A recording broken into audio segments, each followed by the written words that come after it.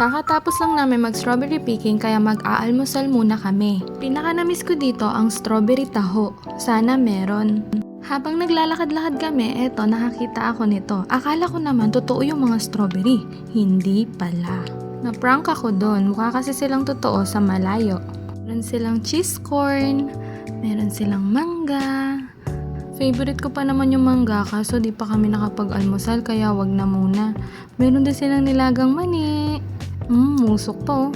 Meron din silang ganito mga tusok-tusok. Kaso ito, ano to? Nakakatakot, mga baby dinosaur. Kwek-kwek, favorite ni Bebe. Meron din mga fresh fruits dito. Ang cute ng presentation. Tingnan niyo yung apple. Nakasampay sila. Mura din yung mga honey dito. Di ko lang sure kung pure talaga sila. Tapos ito si Sir, nagpapa-free taste ng orange.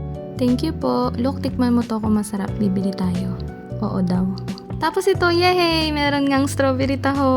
Ang saya naman ang araw na to. Napakabait ng mga taga Baguio. Binibiro pa nila si Luke. Ayan no. Meron sila ditong green na sticky rice. I forgot the name. Pero pinapa-free taste din nila. Kaso tumanggi ako kasi hindi naman ako bibili. 50 pesos nga pala ang isang strawberry taho. Wow! So maraming salamat po. Craving satisfied is waving. Ayan ang baby ko, oh. Mura din yung mga gulay dito. Ayan, tingnan nyo. Nakabalandra sila. Nakabalot na sila agad. Chop suey for 1 week. Tapos na kaming mamili at mag-almusal. Kaya mag-horseback riding na kami. Charan! Nandito na kami. Welcome to Wright Park, Baguio City! 50 pesos per pax ang pagpapapicture kay Saint Bernard Dog. Ang laki ng aso na to. First time ko maka-encounter siya. Kahit ilang beses na ako nakabalik sa Baguio. Saint Bernard is yung uri niya. Hindi yun ang pangalan niya. Okay. Yay! Nandito na kami. Nakaka-excite. 300 pesos nga pala for 30 minutes. Ang pagsakay sa kabayo. 350 kung merong additional na tao na kaliwasan sa iisang kabayo. And then of course, libre lang ang baby. Meron din kaming binayaran na 30 pesos para sa environmental fee. Tapos ito, sasakay na kami ng kabayo. Medyo kinakabahan ako para kay Daenerys kasi first time niya. Sana wag siyang matakot. Ayan na, this is it, pansit. Go baby. Careful tayo anak. Ayan. Takot siya. It's okay anak. Mommy will go first anak. Ayan, sige. Trust mommy, I got you. You have to overcome your fear baby. Mommy won't put you to risk. Very good girl.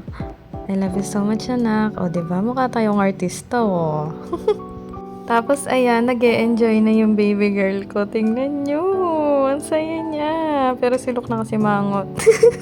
Mamaya baby, ikaw na. Tirik na yung araw pero malamig pa rin. Magti 10 AM na ng mga oras na ito. Bali itong park na to, isang oval siya. Dito lang iikot-ikot yung kabayo, hindi kami lalayo. Tapos eto, syempre hindi ko hahayaan na hindi nyo makita yung view. Ayan, itutour ko kayo para kunyari nakasama na rin kayo. Ngayon, kung di pa kayo nakapunta dito, this is a sign na pumunta na rin kayo para mag-unwind, mag-relax, at kalimutan ng mga bagay-bagay sa mundo. Nagustuhan ko yung Baguio kasi napakapayapa ng surroundings. Hindi puro busina ng busina, kamukha sa Pampanga, tapos puro kamote yung nagdadrive.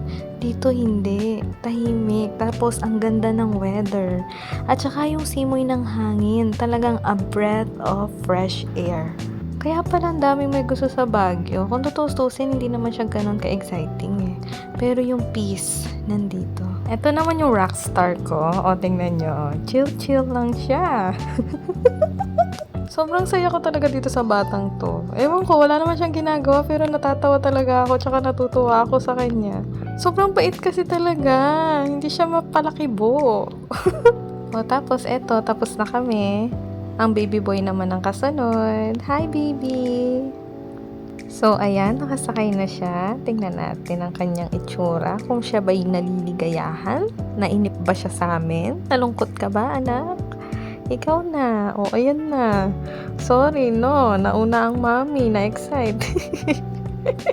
Tapos, syempre, eto, picturean ko muna yung magkapatid para remembrance.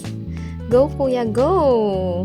Eto sila, isang baby boy, isang baby girl. Mga pangarap ko na tinupad ni Lord. Magmahalan kayo palaging magkapatid, ha? Yun ang pinakakaligayahan namin bilang isang magulang. Ayokong pag malalaki na kayo, tinatakwil nyo ang isa't isa ha? At higit sa lahat, ingatan nyo ang isa't isa. Dahil pag biglang nawala ang parents nyo, kayo-kayo rin naman ang magdadamayan at magtutulungan. Ang drama ko talaga. Wala lang, emotional talaga ako pag pinagmamasdan ko yung dalawang bata. Half siblings kasi sila kaya napapaisip ako. Pero yung pagmamahal na alam ko ang palaging ituturo ko sa inyo. The unconditional love. I always believe that the love that we give is the love that we deserve. Thank you so much for watching. I thank you.